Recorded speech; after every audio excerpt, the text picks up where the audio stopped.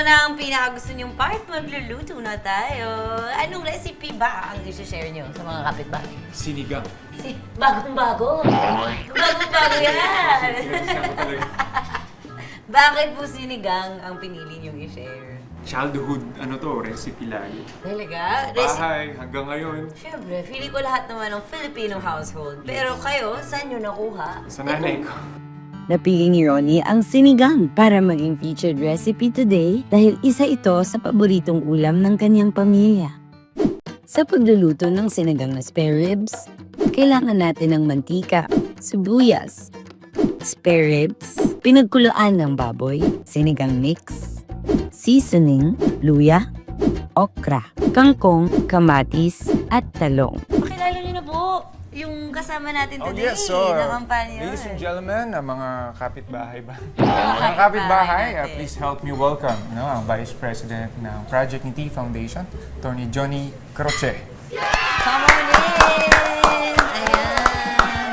Hi, Attorney. Welcome po sa Lutong Bahay. Okay, maraming salamat dahil isinama ako nito ni Ronnie sa Lutong Bahay. Ngayon ko lang siya makikita magluto. Nako, bakit ngayon lang? Hindi mo naman nilulutuan si Attorney. Nagpapalibre kasi ako sa kanila. Okay. Sabi nila magagaling daw magluto ang mga Kapampangan. Ngayon natin yan malalaman. Paano ba ang proseso po nito? Una ho natin ilalagay, mga kapitbahay, ang oil. Oil. Mantika. Pag mainit na, doon natin ilalagay ang Sibuyas. Ngayon ba pag niluluto niyo itong sinigang, anong naaalala niyong memories? well, syempre, naalala ko pag nagluluto yung nanay Yung ko. bonding niyo ng mommy niyo. Talaga. Doon ako natuto sa mga gawaing bahay. Kasi usually kami, mga games nga, tsaka mga barkada, di ba? Ilalagay po natin ng onion, no? Ayan na yung sibuyas. Yes. Na? Nanonood ngayon ng mommy niyo. Anong name ng mommy niyo? Adelina. Si Mami Adelina, nag-check sa inyo ngayon from heaven. Alright. Pag medyo namutla na siya ng konti, Yun lang yung gusto nating kulay. yes. Pula talaga ang ginagamit nyo or minsan ginagamit nyo din ng white onion. Minsan white, pero ang pula, ang isa sa pinakamasustansyang. Mas masustansya siya sa white. Yes, marami siyang phytochemicals. Ooh! At meron siyang antibacterial effect. Akala ko bawang yung nakakapag-alis ng mga aswang.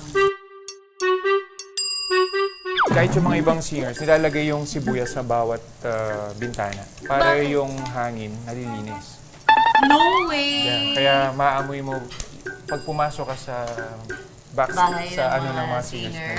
At igigisa ko na po to. Ang ribs Mga natin. kapitbahay, ang ribs, Okay. lalagay. Ginigisa pala ang Opo, igigisa muna natin. sinigang. Ang daming laman ah. Oh.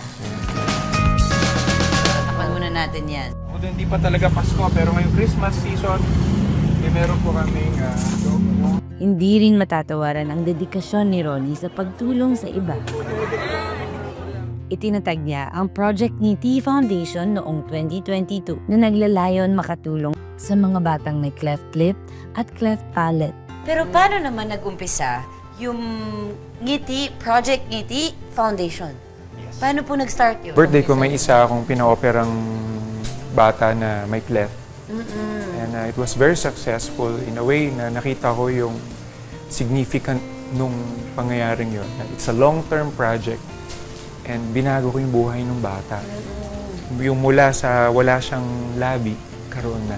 Paano nyo na-start yun? Paano nyo naisip Then, gawin yun? Para yes. lang parang birthday thing nyo? Yeah, Tapos you want to give back? yes. Okay, Nalagay ano ko na daw? po ang kamatis. Okay. Na-amaze ako sa version ni Ronnie ng ng Kamatis sinigang. nga eh. Ngayon ko lang nakita yung ganyan ah. Tapos tinulungan niyo na po si Captain mag-register. Sabi ko, i-register natin ang foundation para magkaroon ng identity.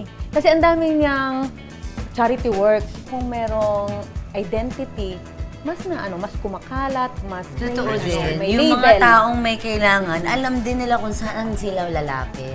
Maraming gustong makipag-partner. Hindi lang, Yeah. lalagay ko lang ang ating... Broth. Yes. Okay. Ubus ko na. Ayan na. Ito pwede ko na ito ilagay seasoning ko Okay, lang. Dapat okay. nung ginigisa, pero pwede naman anytime. Ano po yung pinakamasarap sa pakiramdam sa ginagawa niyong pagtulong? Kapag nakapagbago ka ng buhay. I'm thankful ako kay Attorney. Siya yung nag-ayos ng mga papers para i-register siya. And kung makakatulong ako in any way, I am very willing. to, ilang years na po kayong magkakilala? 3 years. More than 3 3 years. years na. Sa 3 years po na yun, totoo, parang pansin ko medyo mahihain po si Captain. Oo. Mahihain ako. Mahihain Totoo talaga ba? siya. Mahihain ako. Sobra. Actually, yung school ko nga, nagulat na lang sila nasa TV na ako. Totoo. Talagang Di ano nila talaga ako. in-expect. O kasi ano lang ako aral, trabaho. Tapos bigla nang gugulat sila, lumalabas ako sa... Nag-artista kayo, totoo. So, Mahihain kami. Pero sa harap ng camera, walang iya ako. Pero pag sa likod, usually... very quiet. Pansin Pinapreserve ko ko nga yung po. boses. Dahil nga singer. Wala ko. Ano pong ginagawa natin Ayun na, ngayon? hinahalo ko na ang sinigang mix. Ang sampalok powder. Yeah, sampalok powder. Habang napapasarap ang kwentuhan namin ni na Captain Ronnie at Attorney Joni, mas pasasarapin pa natin ang sinigang na spare ribs dahil idadagdag na natin ang mga gulay. Luto na yan. We are done! So ituloy natin yan. Kwentuhan na yan sa dining. Ituloy na natin. Kain na po tayo. Nagsahin ka na? Saing na ba kayo, attorney? Oo.